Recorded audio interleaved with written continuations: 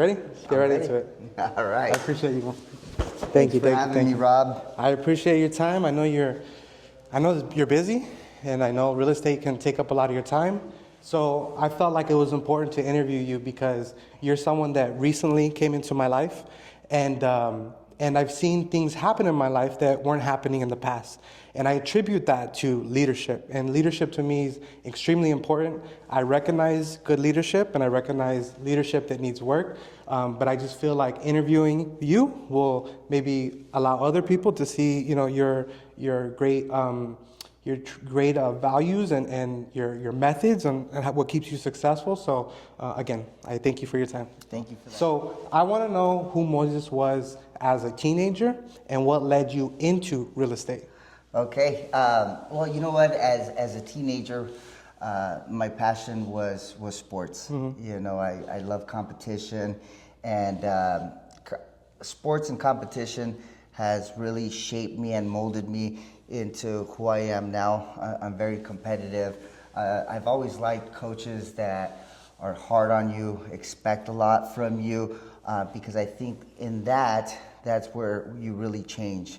You need somebody that'll be in your corner and tell you the things that you want to hear, but when you're not holding your end of the bargain, that are not afraid to tell you. Yes. And it's all about coachability, just like yourself.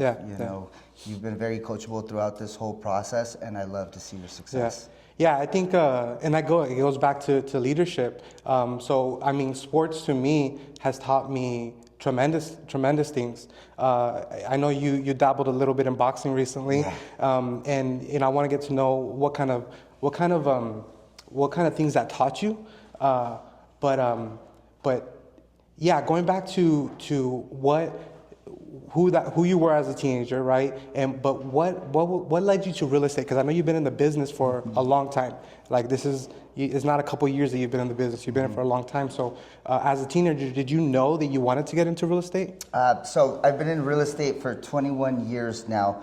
I had no idea that I wanted to get into real estate. And the way I fell into real estate is because I dropped out of college. Okay. I wanted to get into the medical field. My brother was an open heart surgeon. He loved it, made good money. I thought that I would follow in his footsteps. Mm-hmm. And then I started doing clinicals, and it was very depressing for me. And I just wasn't able to be myself. I wasn't able to crack jokes and things of that sort. So I knew right away I didn't like it. And, at a young age, I knew that you had to follow your passion. And so since it wasn't my passion, I moved back home with nothing to show for. And so I worked at a temp agency job where they send you to different jobs. Employers call the temp agency and they ask for, help until they can hire somebody full time. Right? So I was working at the Sears in Palm Desert. I lifted a lawnmower, messed up my shoulder, and I asked them to give me an office job. Lo and behold, a real estate office called the temp agency, and they needed a front desk receptionist for about a month. And I said, all right, let's do it. I'll get a dress up, and I'll go and answer a few phone calls here and there. But what I didn't know is that I was going to be persuaded in a positive way by real estate, be motivated. And I'm not going to lie to you, Rob. We had one of our agents that sold a multi-million-dollar property at Bighorn, and I got to see the check. Mind you, at that time, I probably didn't see more than $1,000 in a paycheck, right? And that paycheck was made out for about $80,000. Wow. And I didn't realize that people could make that much money. And so at first, that was the motivating factor, was that big check. But I never knew what I was going to actually sign up for and all the people that we actually get to help. I think that's extremely important what you just said. And the reason I say that is because there's so many people that take that same journey, right? You get out of high school and you think, all right, I'm going to do what my parents said or what society says, and I'm going to go to school, right? And I did the same thing. And I'm not a school person. I struggle sitting down and retaining information. That's why I'm so surprised I was able to get my real estate license. But again, I mean, that's just, prayer and dedication and working hard. But I think it's important to share that information with others because it just shows that even though you think when you go into something and you're like, this is what I'm going to do, things change. Things change and it's okay for it to change. And you're an example of that because you thought you were going to go somewhere and God had a different plan. He put you over here, right? So I thank you. Thank you for sharing that. My next question for you is, what do you enjoy most about real estate? The relationships. By far, the relationships that we get to build. Previously, when I was an agent, before I became a broker, it was all the people that I get to meet.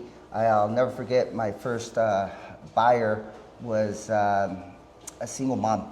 And she was a single mom of 3 kids. She walks into the sales office and she asked if any of those homes were available for rent.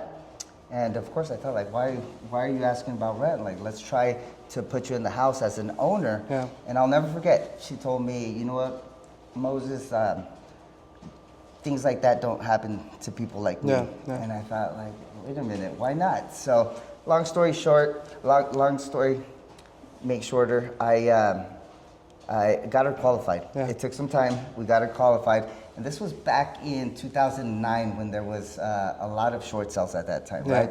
So I had a friend who was losing his house. He was completely upside down like most of us were. Yeah. And he said, you know what, short sell the house. I don't care, who gets it. You need to get me out of this situation. Yeah. So long story short, it took about 5 months, but we put Maria in that house. Yeah. And I realized at that time the importance of what we do as realtors. And, the best part of that story is that this woman bought her house and her kids are now grown and all her kids own their houses. So Wow. Not not only did she buy a house, but she taught her kids the confidence. She gave them the confidence that they could also become homeowners. I love it because I read this book by Patrick Bet-David, and it's called Choose Your Enemies Wisely. And it talks about finding an enemy that you can pursue and maybe go against. Mm-hmm. And California has some of the lowest rates of homeowners in the nation. And that's one of my enemies. It's like, why can't we make more homeowners? And you just said it right now. It's like, it's not having the knowledge, not having the information. And once that information's in the family, right, the family carries that. And that's how you build generational wealth. And, Absolutely. And I'm happy you shared that story because you shared that story in the past during some of the trainings that you carry on for us on Tuesdays. I'm happy you shared the story because you shared it before and it gave me chills. Right, I hadn't done that many deals when I heard that story, and I was like, "That's what I want to do. I want to make an impact on people's lives. I want to make a difference." So, thank you for sharing that story. My next question is, how has the Coachella Valley had an impact on your business? Oh, it's been a huge impact for me. What I love about the Coachella Valley the most is that anybody can be successful in this valley as long as they're willing to put the work in, be disciplined, sacrifice. Anybody can make it. I also own an insurance company, and we get a lot of people like contractors that come. They're barely starting their companies, and they don't know much about insurance. They don't know where to get started, and they put the work in, Robert. And next thing you know, they're at the Madison Club. Yeah. They're at Bighorn. And so, that's what the Valley did to me. When I first started here, I was selling homes for, average sales price was about $150,000. Yeah. And I became well acquainted and knowledgeable in that area. And slowly but surely, the purchase prices started going up and up and up. And that's the beauty of it. You know, we have a lot of farm workers out here, and I really enjoyed working with them. I would put them in homes, and I see their progression, and we would sell that little manufactured home, and then we'd go buy a bigger home. And so there's a lot of room to grow in here. As long as the key factor is sacrifice. Discipline and hard work. Yeah. There's no secret about it. Yeah. No, and I think on top of those three things that you just said is giving back. And since I've met you, that's something you do. And can you kind of tell me about Amistad, the school? I know that's a big part of your life where you like to give back. Yeah, because I wouldn't be here if somebody didn't give back to me, Yeah, right? that's And right. when I first got started in real estate, it took for my broker at that time to reach down and pull me up and really help me. And that not only changed my life, but it changed my family's life. And now that I'm in a position to help others, I think that's my favorite part of being a real estate broker, is being able to give back. Like you came into the office, we've helped you out, we've supported you, and now you're well on your way. But this community, I really wouldn't be where I am now without the community. So, Amistad High School is a lot of kids that are going to continuation schools that maybe don't have a lot of support at home, right? And so I love to go over there, talk to the kids, because I'm one of those students that didn't graduate from high school. I had to get a GED, didn't go to college. College didn't work out for me, but that didn't mean that I couldn't succeed in life, right? And so I like to go share my story with them, to give them hope, to give them hope, and then support them with books and any knowledge that I can give them. And that way they also know that they can make something out of themselves. Absolutely. No, that's great. And we'll pivot over to the boxing club, because what you did for those students, our trainers, our coaches, my dad, they did that at the Coachella Boxing Club. Yeah. They were teachers, they were educators, they were professors. They taught us how to manage our emotions, our fears, how to be courageous. And a lot of these fighters that I grew up with, right? We would travel everywhere. And now a lot of them are business owners, right? They have the courage to make a difference. How has going to the boxing club, because I know you tried that out. Why did you try it? Why did you get into boxing? Because a lot of people say that boxing is a poor man's sport, right? But what made you want to get into the boxing ring? That's I get asked all the time, because I never had any background in boxing. But I knew that joining the gym and signing up for an amateur fight was going to put me in that uncomfortable area that kind of forces you to grow, right? So as you know, you have a boxing background.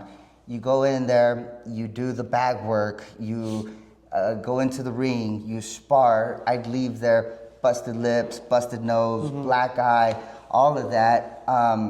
And that was uncomfortable, and that was scary. And I think that in order to get to the next level in any area of your life, you have to feel that discomfort, and you have to keep showing and fight through all of those feelings.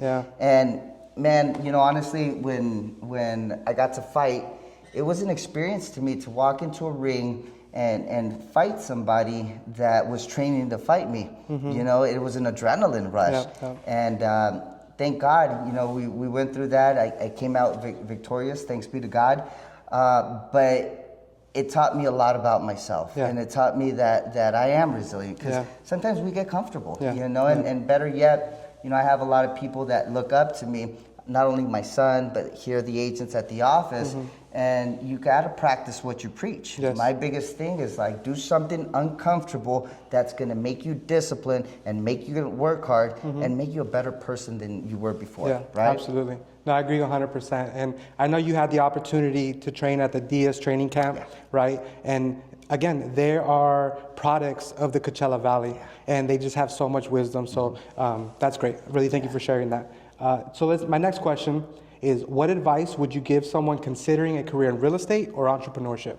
Okay, well, if, as you know, getting started in real estate is probably the hardest part of this career, right? Because you don't have the experience, nobody knows that you're in real estate to begin with. And then people can tell when you're new, right? People can tell. So it's really hard to get started. But you have to be resilient, and you have to know that this is not a get rich overnight thing, right? A lot of people look at the social media, or they look at friends and family members that are doing well, and they say, well, if he could do it, I could do it, right? And they jump in, and they jump right out because it's not what they thought it was going to be. Real estate can be really difficult. You know, in a real estate transaction, as you're starting to find out, there's a lot of moving parts, right? You finally grab that lead that qualifies to buy a house, and then you go out there and you show it, and now you have an inspector that can kill your deal, you have an appraiser that can kill your deal, you have the escrow, the lenders, and so it's very difficult. But you know, anything worth succeeding for, it has to be difficult. You have to be resilient. And so there's a lot of people that jump into the business thinking that's going to be easy and then jump right out. You know? No, that's great advice, because when I got into real estate, I think I told you the story. I had a one-on-one with your office manager, and she asked me, how much do you want to make this year, and how many transactions do you want to have? And in my head, I was like, well, what does your top performer do? I want to do that. And she was like, well, let's bring it down a little bit. Let's have a different. And she kind of just brought me to reality, right? And yeah, it's not what you expect. And I appreciate you, because I've had those deals where I have them and I'm just so confident that we're going to close escrow and things fall apart, right? But I've had you I'm sure I would have had more fall apart had I not had your advice, right? Because either you've answered the question for me, or you've led me in the direction to get that answer. And so I appreciate you for that. Well, it's like that Mike Tyson saying, right? Everybody has a plan until they get punched in the mouth, right? And so that's the same thing with real estate, but it's so important to have a mentor or a leader that is willing to handhold you from start to finish. Absolutely. You know what I mean? And a lot of people, unfortunately, they don't have that kind of mentorship. And so I kind of pride myself in being that person, because I'll never forget that somebody did that for me. It's all about giving back. Exactly. It's all about giving back. A couple more questions for you. What are some challenges you face as an owner of a brokerage? Same thing, you know, same thing. Oh, it must be easy. He makes really great money. Nobody really sees the hard work that goes into this, right? And I think that's one of the biggest challenges. And just like anything else, like if you're gonna build something, expect to put in the work. You know, there's a lot of times that I do wish I could clock out. I wish I could clock in and clock out and be done with my day, right? But unfortunately, it doesn't work that way in this industry. You know that. You know, it'll be 7 o'clock. We're still taking phone calls. 8 o'clock, 9 o'clock. It's just part of the show, because we don't get paid if we don't close, right? So we don't have hours of operation, and yeah, sometimes it could be a little hard. But you know, you have to make time. You have to make time for yourself. Me personally, I wake up at 4 in the morning. That's my me time. You know, I have my morning routine. I have my coffee, I go into prayer mode, I go to the gym, I cold plunge, and that's time for myself. And if I don't do that, it's kind of like that analogy when you're on a plane and the plane goes down and the oxygen masks come off, right? A lot of people's reactions, especially parents, is to put the oxygen mask on the child first, right? But that's not what you're supposed to do. You got to put the oxygen mask on yourself, take care of yourself, so that you can take care of your child or take care of others, right? That's true. No, that's so true. That's very important for me, to have my me time. And then, you know, when I'm with my family, you know, I make sure that I'm with my family, you know, in those moments. Yeah, and I think that's a true testament of, like I said, leadership. How many people you have on your team? I believe we're at about 56 now. Wow. 56. And so you're not only managing your day-to-day, you're managing these calls that are coming in. So, and anybody that I've ever, and with leadership, I mean, because I've been in leadership, I've managed a team before, and, you know, with leadership, you're just not dealing with people like you. You're dealing with people that, you know, have different emotions. Some are more angrier, some are happier, some are braver, some are more timid, right? So you're dealing with all these things, so you have to kind of be flexible. But anybody that I've ever spoke to that's successful, they do what you do. They find that opportunity, that time where you have for you, and it's usually a morning routine. So that's something that, and again, I want to talk to you about one of our last meetings. I had a mentor one time. She told me true love is honesty, right? And that's it can be difficult telling someone honesty, right? Because it can hurt, right? It can hurt, but you got to be straight with them. Our last meeting, we were talking. You're like, "Hey, Robert, you're doing great. Keep up the great work." And I don't like compliments too much, but thank you. But the one thing I took away from it, the biggest thing I took away from it, was you asked me, "How's your diet?" And I was like, it's okay, right? But the reality is, I need to do better. And why I need to be doing better with my diet is because it's correlated with energy. And if I don't have the energy, then I'm not going to be able to do all the things that I want to do. So leadership, honesty is true love. And I really do feel in order to be successful, you have to know how to conquer yourself. Yes. Right? Like, we get in our own way.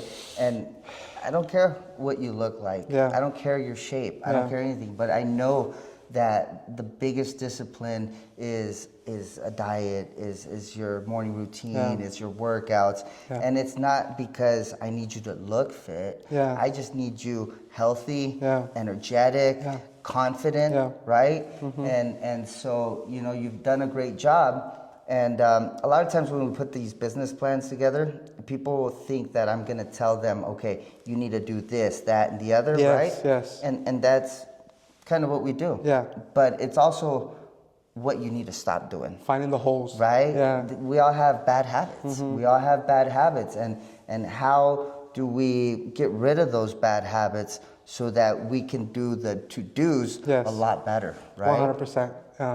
I couldn't agree with you more. Mm-hmm. Thank you. How big of a role does faith play in your success? I don't push religion on anyone. For me, my faith is number one. It's super important. But I don't push that on anybody. I always say, we're made of mind, body, and spirit, right? And so we have to work out, we have to train our mind, body, and spirit evenly. It's like having a tricycle, right, with 3 wheels. Mm-hmm. So if we give too much to the mind and too much to the body, the spirit is not as worked out, therefore the tricycle is not even, right? Yes. So, for me, it's important in my daily, especially my morning routine, that I take care of my mind. I'm reading something that is teaching me. I'm reading a book, I'm listening to an audio book, something of that sort, right? My body, well, we only get one, right? And we've got to really take care of it. So I enjoy going to the gym. It could be a walk, it could be a hike, whatever. But I'm taking care of that. And then my spirit, I love to read daily meditations. I'll go to church, I'll go to a Bible study.